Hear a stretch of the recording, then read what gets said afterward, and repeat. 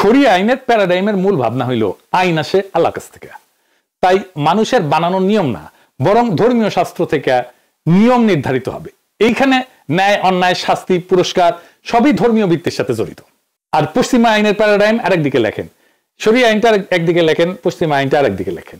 এইখানে পশ্চিমা আইন আসে মানুষের তৈরি সামাজিক চুক্তি থেকে, সংসদ, কোর্ট, সংবিধান সব মিলায় মানুষই ঠিক করে কোনটা আইন কোনটা না। ধর্মকে এখানে বাইরে রাখা হয়। দুটাই আইন, কিন্তু চশমার রং আলাদা। একটার মূল দৃষ্টি ধর্মে, আর একটার মূল দৃষ্টি মানুষের তৈরি নিয়মে। সহজ কথা বললে শরিয়া আর পশ্চিমা আইন দুইটা হইল দুই রঙের চশমা। একই সমাজ বা অপরাধকে দুইটা ভিন্ন দৃষ্টিতে দেখে। এই ভিন্ন দৃষ্টি বা চিন্তার ধারণাই হলো প্যারাডাইম। তখন শরিয়া আইনের শাস্তি নিয়ে নানা ধরনের সমালোচনা আছে, আলোচনা আছে। পশ্চিমারা মানে ধরেন বেত্রাঘাত, হাত কেটে নেওয়া, পাথর ছুঁড়ে মারা। আমি শাস্তির ধরন নিয়ে কথা বলবো না বা ভ্যালু জাজমেন্ট করবো না, কোনটা ভালো কোনটা মন্দ এটা বলবো না, কিন্তু শাস্তির যে দর্শন এটা ভিন্নতা আছে পশ্চিমা শাস্তি এবং শরিয়া শাস্তি। পশ্চিমা আইনে অপরাধীকে সমাজ থেকে বিচ্ছিন্ন করে কারাগারে রাখা হয়, শরিয়া আইনে কারাগারের ভূমিকা গৌণ। শুরুতে তো কারাগারের ধারণাই ছিল না। মূলত ধরেন নবী করিম সাল্লাল্লাহু আলাইহি ওয়াসাল্লামের সময় কারাগারই ছিল না, পরে হয়েছে কারাগার। তো শরিয়া আইনে অপরাধী সমাজে ফিরে যায়, তাকে একটা শাস্তি দিয়ে সমাজে ছেড়ে দেওয়া হয়। শরিয়া আইনের শাস্তির দর্শন হচ্ছে শাস্তি প্রতীকী এবং প্রকাশ্য। এটাকে বলা হয় ডেটারেন্স, মানে বাধা দিবে, অপরাধ ঘটাইতে বাধা দিবে। উদ্দেশ্য হলো সমাজকে সতর্ক করা যাতে অন্যরা অপরাধ থেকে দূরে থাকে। শাস্তি ত্বরিত, চূড়ান্ত, দীর্ঘমেয়াদী কোনো বন্দিত্ব নাই। শাস্তি সম্পন্ন হলে অপরাধীকে সমাজে ফেরায় দেওয়া হয়। ফলে সমাজ থেকে বিচ্ছিন্ন হয়ে স্থায়ী অপরাধী পরিচয় তৈরি হয় না। এখানে একটা সংশোধনের সুযোগ থাকে। কারাগার কেন্দ্রিক সিস্টেমে তিনটা জিনিস হয়, কিন্তু সবচেয়ে বেশি জোর দেওয়া হয় রিট্রিবিউশনে বা প্রতিশোধ বা ন্যায় বিচারের ভারসাম্য। অপরাধ করলে যোগ্য শাস্তি পেতে হবে।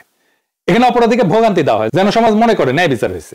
রিহ্যাবিলিটেশন করা হয়, সংশোধন। আধুনিক কারাগারের প্রধান উদ্দেশ্য হচ্ছে অপরাধীকে শিক্ষা প্রশিক্ষণ দিয়ে সংশোধন করা, শিক্ষা দেওয়া, চাকরির দক্ষতা শেখানো, কাউন্সিলিং ইত্যাদি। 3 নম্বর হইতেছে ইনক্যাপাসিটেশন বা অক্ষম করে রাখা, অপরাধীকে সমাজ থেকে সরায় দেওয়া যাতে সে আর ক্ষতি করতে না পারে। এই জন্য দীর্ঘ কারাদণ্ড বা মৃত্যুদণ্ড এই উদ্দেশ্যে ব্যবহার করা হয়।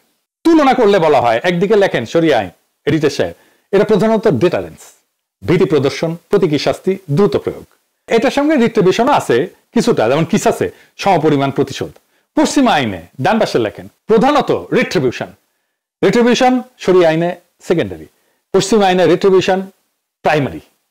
2 নাম্বার রিহ্যাবিলিটেশন, 3 নাম্বার ইনক্যাপাসিটেশন।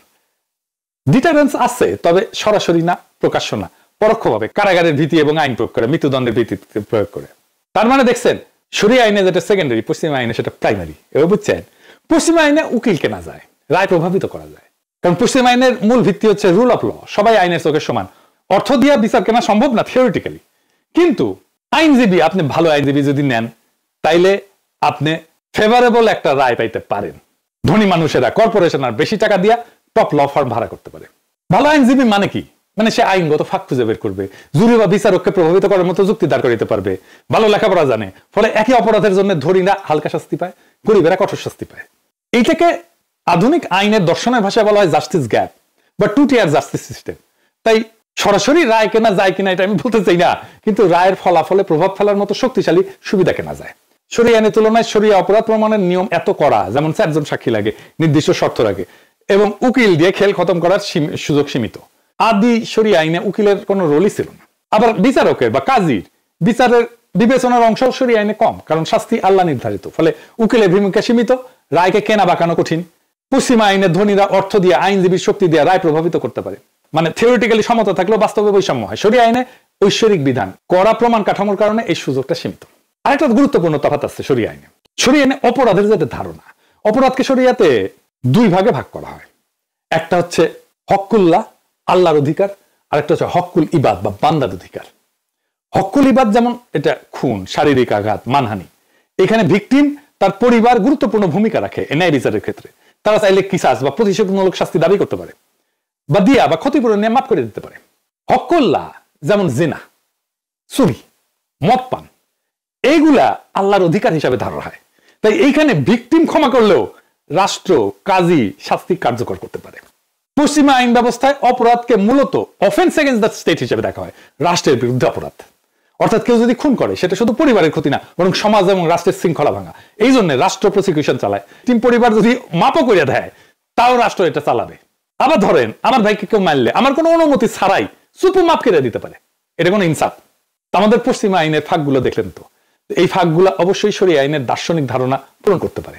বর্তমান আইনি ব্যবস্থাকে আরো বেশি ইনসাফপূর্ণ করার ক্ষেত্রে পশ্চিমা আইনই শেষ কথা না, শরিয়া আইন আর পশ্চিমা আইন দুইটা ভিন্ন প্যারাডাইম। একটা দাঁড়ায় আছে আল্লাহর হকে, আর একটা দাঁড়ায় আছে রাষ্ট্রের চুক্তিতে। এখন আসল প্রশ্ন হইল, ন্যায় বা ইনসাফটা কি? এটা কি শুধু রাষ্ট্রের শাস্তি, না ভিকটিমের সন্তুষ্টিও, সমাজের ভারসাম্য এবং আল্লাহর ন্যায় ইনসাফ? আমরা যদি এক চোখে না দেখে দুই চোখে দেখতে শিখি, তাহলে হয়তো আমাদের আইন ব্যবস্থা আরো ইনসাফপূর্ণ হইতে পারে। তাইলে আজকের আলাপে বুঝলেন, শরিয়া আইন নিয়ে যে হাউকাউ করে পশ্চিমে, এটা হুদাই আমরাই ব্যাখ্যা করতে পারি না ঠিক মতো। আজকে ব্যাখ্যা পাইলেন, আরো আলাপ করা যায়, সে আলাপ আর একদিন হবে। আজকের মতো এইখানেই। ইনকিলাব জিন্দাবাদ।